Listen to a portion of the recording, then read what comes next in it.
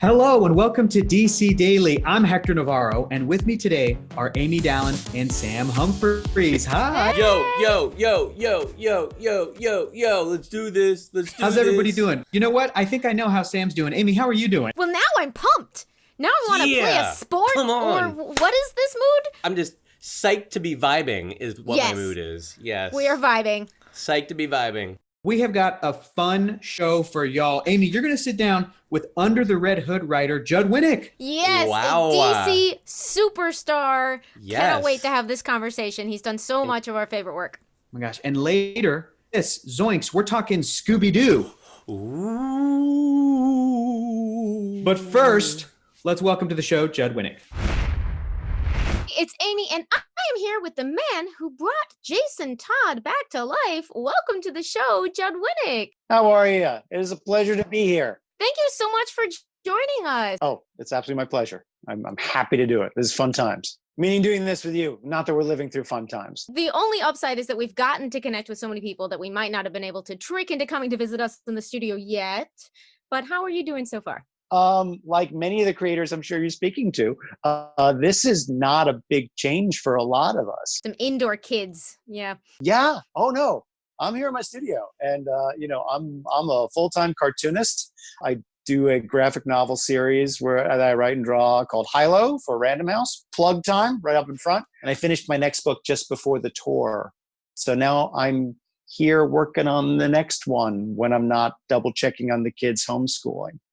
So in the grand scheme of things, we are okay. A lot of people who are going to be looking forward to the reading material you're creating right now are very grateful that you're able to be at it.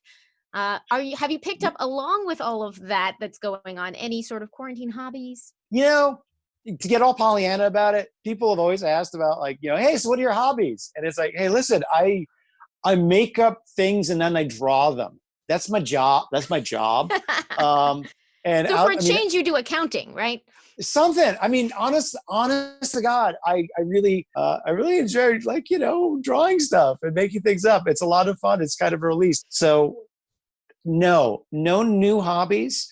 But I think I'm teaching other people the lay of the land, what it is to be inside. For some of that inside time, have you been discovering or rediscovering any DC comics to fill some of those hours? My favorite new thing that just came out, Superman Smashes the Clam. Yes. Gene Yang and Good Hero, right? Who are amazing. The collection, what just came out like a couple weeks ago, I'd read them individually, but it reads really well as a trade. And my kids were reading it too. I mean, for one, it's a phenomenal all ages book. Which in my opinion, we don't have enough of, which is why I do what I do. But it's a great story. The art is beautiful. I highly recommend it. So that's not a reread. It's a reread in the sense I read the individual issues and now I'm reading the trade. I reread a huge chunk of Gail Simone's Batgirl run, because I wanted to get some Oracle in. I don't know how it popped up. 2 weeks ago, I reread Brad Meltzer's Justice League run, Tornado's Path. I hadn't read that in years. It came up in conversation because I was just having a long conversation, as nerds do, about robots and AI. And my Hilo series is all about a robot who has a soul and things like that. I mean, it's about a kid who flies around, shoots lasers out of his hands. Don't get me wrong. But, a huge piece of it is that he's a robot who has emotions and feelings. So it got me thinking that I actually had not read what I thought was just the greatest Red Tornado story ever that Brad Meltzer did. It was just really great. So Tornado's Path, that was a reread. Let's get into some of your work and your amazing contributions to the DC universe. Let's talk Jason Todd. You brought him back in the Under the Hood storyline. What inspired you to go there? I think the inspiration was I thought they were already doing it. I think I was writing Green Arrow at the time and maybe The Outsiders. I can't quite remember. I'm old, and it was a while ago. I'm reading Batman. I'm reading the Hush storyline, which was written by Jeff Loeb and illustrated by Jim Lee. And for those who are playing at home, Hush was a mysterious character who is a villain, and he's kind of torturing Batman and seems to know a lot about his past. Towards the end of the run there, Hush reveals himself to be Jason Todd. And I was just knocked right on my butt. I thought this was amazing. I could actually see the whole story like 100 miles of broken road, the whole opera of it. I thought it was terrific. And then next issue, it turns out to be Clayface, and they took it all back. Like, oh, it's not Jason, it says Clayface. Okay, that's cool too. It's a great twist. But I kind of like the Jason Todd thing. So when it got to be my turn, not too long after that, I said, you know what I really want to do is I'd like to bring back Jason Todd for reals. Yeah, were there any hoops or hurdles to get over? Yes and no. Bob Schreck has carried me through my career in comics from the very beginning. And then when he went over to DC Comics, he hired me to do Green Lantern for the first time. He is my guy. He's the guy who believed in me. And I tell you that to tell you this. He did not like the idea of Jason Todd coming back very much. He really didn't. He was not sold. But more so than that, he didn't like it, but he actually believed in me and said, look, if you want to do this and if you feel strongly about it, we can do it. I said, but you don't like it? He goes, no. But what I like doesn't necessarily mean that it won't make a great story. It was such a mature editorial decision that people should know that not a lot of editors can do this. And it's actually what being a great editor is about. Like, not my cup of tea, but it's good work. But I also had to pitch the whole idea to Dan DiDio, who was my friend and boss at the time as well. And Dan was more sold than Bob. I had a long breakfast with him at the San Diego Comic-Con. He said, like, okay, what are you going to do with Batman? Want to bring back Jason Todd? I've got all these plans about this and that. But I told him the ending, which was, spoiler, if you haven't Pause it. Go read it right now. It's on DC Universe. Go now, because I'm going to give up the ending. So in the end, we learned that Jason, who became the Red Hood, is confronting Batman. And when he confronts him with the truth, and Batman is apologizing for not saving Jason, Jason explains to him that I am not doing this because you didn't save me. I'm doing this because you let him live. And he's got Joker there. So the whole point of it is that Jason was murdered by Joker, and he thought this would be the thing that brought Batman to finally kill Joker, to finally do the right thing and take the Joker out of this world because Jason was taken away from him. A lukewarm response from my friend and editor Bob Schreck, this resounding, yeah, go ahead and do that, man, from Dan DiDio. And then I was off to the races. But I will say I was like 3 or 4 issues in, and Bob like turned around like, oh no, I get it now. It's like, what didn't you get? Like, I don't know. I thought it'd be more like a stunt. But like he said, this is like, he said, it's a mystery, and I feel bad for everybody. And you're really torturing Batman, and I kind of like that. So I was really happy. Me and Doug Monkey, who drew the lion's share of Red Hood. And we just celebrated at C2E2 25 years of Doug Monkey at DC. My goodness. Wow. What and you know what's crazy about Doug is that the level of consistency, how awesome he was when he started. There's so much growth, but at the same time, his jumping off point was really right from that. You're like, oh look, he just showed up on day one. Like, he keeps getting better, but he's recognizably like, oh look, it's Doug Monkey. Yeah. Where did he come from? So a totally different level of challenge comes in when you take a story like you did with Under the Hood and you adapt it to a new medium. Can you talk about working on the animated version of this story for Batman Under the Red Hood? Yeah, that was a blast. Not very long. I'm gonna humble brag. This was all my idea. So there. This all happened because of me. And you know what? I never do that. I will pass along as much credit as possible. The Dark Knight movie had just come out. So the Chris Nolan one, Heath Ledger just lit the world on fire with Joker. So we are all in a dark Batman kind of mode. And I forget where I heard the rumblings that DC Animation and Warner Brothers were looking to do another Batman movie, and they were hoping to do something with a little bit of grit. So I went to Gregory Novak, who at the time was working for Warner Brothers and DC Animation, and who I knew for years. And I said, listen, I want to adapt the Red Hood, Under the Red Hood as a movie. And Gregory said, I think it'd be cool. And I kind of gave him a quick pitch. And he said, I kind of like this. Can you work out a full pitch? The hurdle for me was that I had 2 years worth of comics that I was cramming down to one movie. But also the big problem that I had was, oh crap, I got to do this whole story about Jason Todd, is introduced as kind of the bad Robin, and then Joker kills him, and then he has to come back to life. And there's this whole death in the family story that I'm not going to be able to do in the movie. What do I do? And that was the part where I just got lucky, where it occurred to me like, oh, I'm just going to tell that in the teaser. And we'll just kill Jason in the teaser. Oh crap, that's all I need to do. So we do this teaser where Joker has Jason Todd, Robin. He's beating him to death with a crowbar. Batman is whipping around the city of Sarajevo, which is war-torn and covered in snow, trying to get there in time. It was really fun and dramatic. And by the time it's over, the building blows up and Jason's dead. And then we pick up a couple years later. It has had a huge effect for folks, for readers. Obviously, Jason Todd has become an important part of Batman comics. It's hard to imagine, like, the road not taken had you not brought him back into the picture. And now you are part of that legacy. You had a story in the Robin 80th anniversary special. How does it feel to be part of that legacy? I loved your More Time story. Oh, thank you. It's an honor and a thrill to create a character that's got legs, that has longevity, that's part of canon. I am of the school that all superhero comics are fan fiction. I really believe this. It was always kind of my approach. This is the only medium. We get to take the characters that we grew up reading and tell our version of those stories. So it's kind of fan fiction. So the thing is, my fan fiction gets to become a part of the big story, at least for a while. And it's a huge honor. We got our first live action Jason Todd. What do you think of Curran Walters on Titans? I think he's great. I was really excited when I heard when they were introducing Jason Todd. For one, I think he's great. I think he really embodies the character. I think he is both like a terrific Robin and has a little bit of tooth and a little bit of grit to him that, there's a smidge of unlikability that he's doing it just right. But forgive me, I'm kind of waiting for him to die. I really am. I want to hit a couple more highlights from your wonderful work at DC. And one of my favorites is Justice League Generation Lost, which was just a really good time.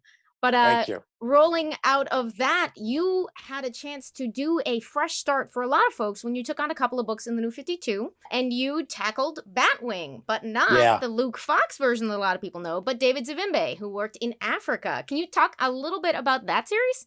Batwing was an amazing piece of work to work on. What I pitched to them and what they let me do is I didn't want to do basically a carbon copy of Bruce Wayne. I said, I don't want to do a millionaire guy with lots of gadgets and toys who fights crime in Africa. I basically came from the approach like, can he come from nothing? Can he be someone who comes from like the worst kind of poverty? Can he have a rough upbringing rather than the rough upbringing of being an orphan kid? And that's when I told him I want him to be a boy soldier. That as a child he and his brother were kidnapped by a warlord and grew up with that. And it's sort of, everyone said like, well, it kind of fits. It's like, right? He's been trained from a young age to fight and to kill, and he has skills. And actually what we'll learn is that he had innate skills. He was really good at this. Good superhero stories manage to somehow find an anchor to reality.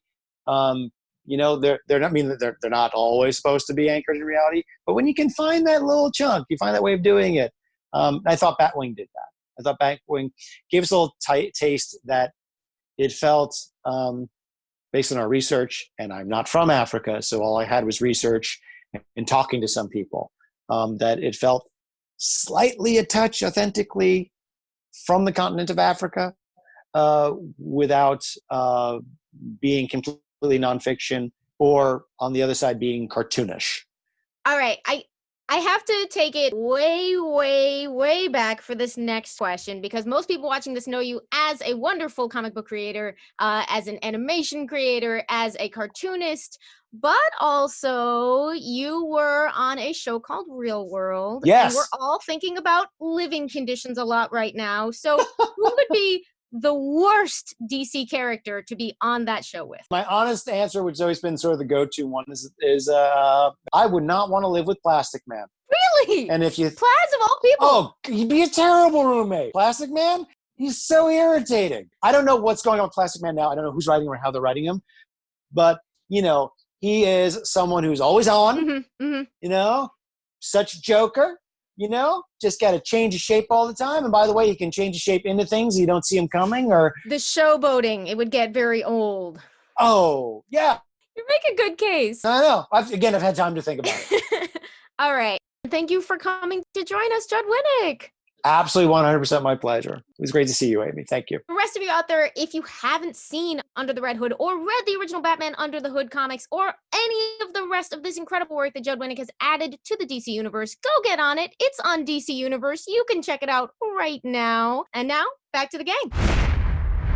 He it was so much fun to talk to Judd about his huge range of work, about his history with comics. He's so cool. Yeah. Yeah, I'm so glad that I got to, show off some of my favorite of Judd's work, The Outsiders. Oh, Love that look series at that so there, much. Hector. Look what you Love got there. that series. Highly recommend. It's awesome. Mhm, And guys, in honor of the animated Scoob movie that was just released, DC has made over 250, I'm going to repeat that, 250 Scooby-Doo comics available for free on DC Universe. So you can go back and read all about Shaggy and Scooby from now until the end of the summer. It's going to be going until September 7th. You know what? That's So a freaking hashtag jinkies. Hashtag Zoinks, Hashtag Zoinks. Jinkies. So you can read Scooby-Doo, Scooby-Doo Team Up, Scooby-Doo Where Are You? So many different great comics, 250 of them. That is incredible. I want to ask you guys, what's your favorite Scooby-Doo moment?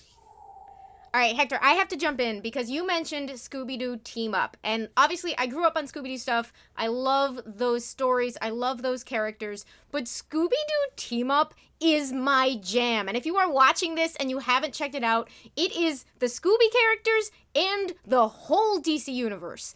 All kinds of people. I particularly love number 5 because they go visit Wonder Woman and you get some Amazon looks for Velma and Daphne, and it's so much fun. It's such a fun book that should not exist, and it does. Please go read Scooby-Doo Team Up. I love that book. Do you have any favorite memories of Scooby-Doo? Oh my God. I loved Scooby-Doo so much when I was a kid. I was a Scooby-Doo head, true heads know. And Scooby-Doo was such a part of my life when I was like 4 or 5 years old that before I understood minutes and hours, my mom used to communicate time to me in units of Scooby-Doo. So if I was like, how long until dinner, she'd be like 2 Scooby-Doos. Or like, how long will it take you to be like 1 Scooby-Doo? And I could just kind of like process it in that way. That's amazing. And also, I just think that like Scooby-Doo, like people don't like give it credit for this, but Scooby-Doo is why I think I love detective stories and mysteries, and why I love writing detective characters that solve mysteries and stuff. Like I think it all started there. There's something brilliant about that cartoon. I mean, it's been going now for 50 years, over 50 years, this franchise, the Scooby-Doo world. And I think you're right, Sam. There's something about it that is such a perfect combination of things that kids love. Spookiness, not too spooky. Mysteries, not too difficult. You can kind of figure them out. Friends, lots of friends. Lots of Feeling friends. chill with your friends, yeah. Young people hanging out, touring the country in a van. Teenagers. I think my favorite Scooby-Doo memory is I always liked Scooby-Doo as a kid. Out of all the characters, the core characters, who do you relate to the most? I think I'm probably a Velma myself, because when my glasses fall off, I am done. I am out of commission. I am no good to anybody. Amy, are you the same? Are you a Velma too? Is there any world in which I am not a Velma? Like, I didn't want to project onto you, but I was pretty sure, yeah. I think there's a world where you've got shades of Fred, Amy, because you're a fantastic, yes, you're a fantastic, compassionate leader. You look great in an ascot. You're definitely a Fred. You could be a Fred. Bell bottoms. No, Amy, you like as we know, you don't like cross language too much. Like you like when people are nice to each other, and I think Fred is like kind of the most wholesome and kind hearted of the whole crew. So I could see that. I could see that. Yeah, exactly. Sam. I mean, I was gonna go for Velma. We're gonna go 3 for 3 for sure. Listen, there's a reason we're here. We're on DC Daily. There's a reason we have these jobs. We're all wearing nerds. glasses. All of the characters are classic. The dynamic is classic. The fact that they have to solve mysteries, but they don't get to sort of use fisticuffs. They have to figure things out. There's so much there. But really, Velma, for a lot of us who grew up as we did, there weren't a lot of characters like that. She meant a lot. She still means a lot. And someone who's using their brain and their comfortable sweater to solve crimes. Come on. Absolutely. Velma is the patron saint of going down a Wikipedia vortex, which raise your hand if you've done that at least 200, 300 times in the past 3 weeks. Yeah. All right, that does it for us today. Thank you again to Judd Winick for coming on and catching up with Amy. That was awesome. Thank you, Judd. That was great. And friends at home, don't forget about the new DCU Rewards program. This is so cool. You can earn tokens for things that you're already doing, like reading comics and watching movies on DC Universe. And starting today, you can redeem your tokens for a copy of the DC Funkoverse strategy game, the very game that Amy and Freddie Prinze Jr. kicked my butt in. So that's awesome. That is so cool. Redeem the tokens for the game. That's something that you can do. Keep reading comics, keep watching movies, and we'll see you guys next time. Bye. Love y'all.